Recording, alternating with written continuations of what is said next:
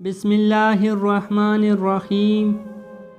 قبر کی وحشت، دوزخ کے غضب، زندگی اور موت کی آزمائشوں اور دجال کے فتنوں سے حفاظت کی دعا۔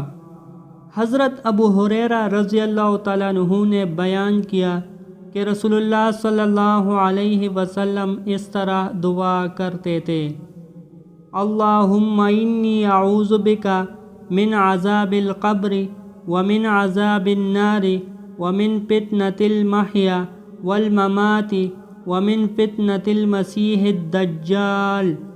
ترجمہ: اے اللہ، میں قبر کے عذاب سے تیری پناہ چاہتا ہوں، اور دوزخ کے عذاب سے، اور زندگی اور موت کی آزمائشوں سے، اور کان دجال کی بلا سے تیری پناہ چاہتا ہوں۔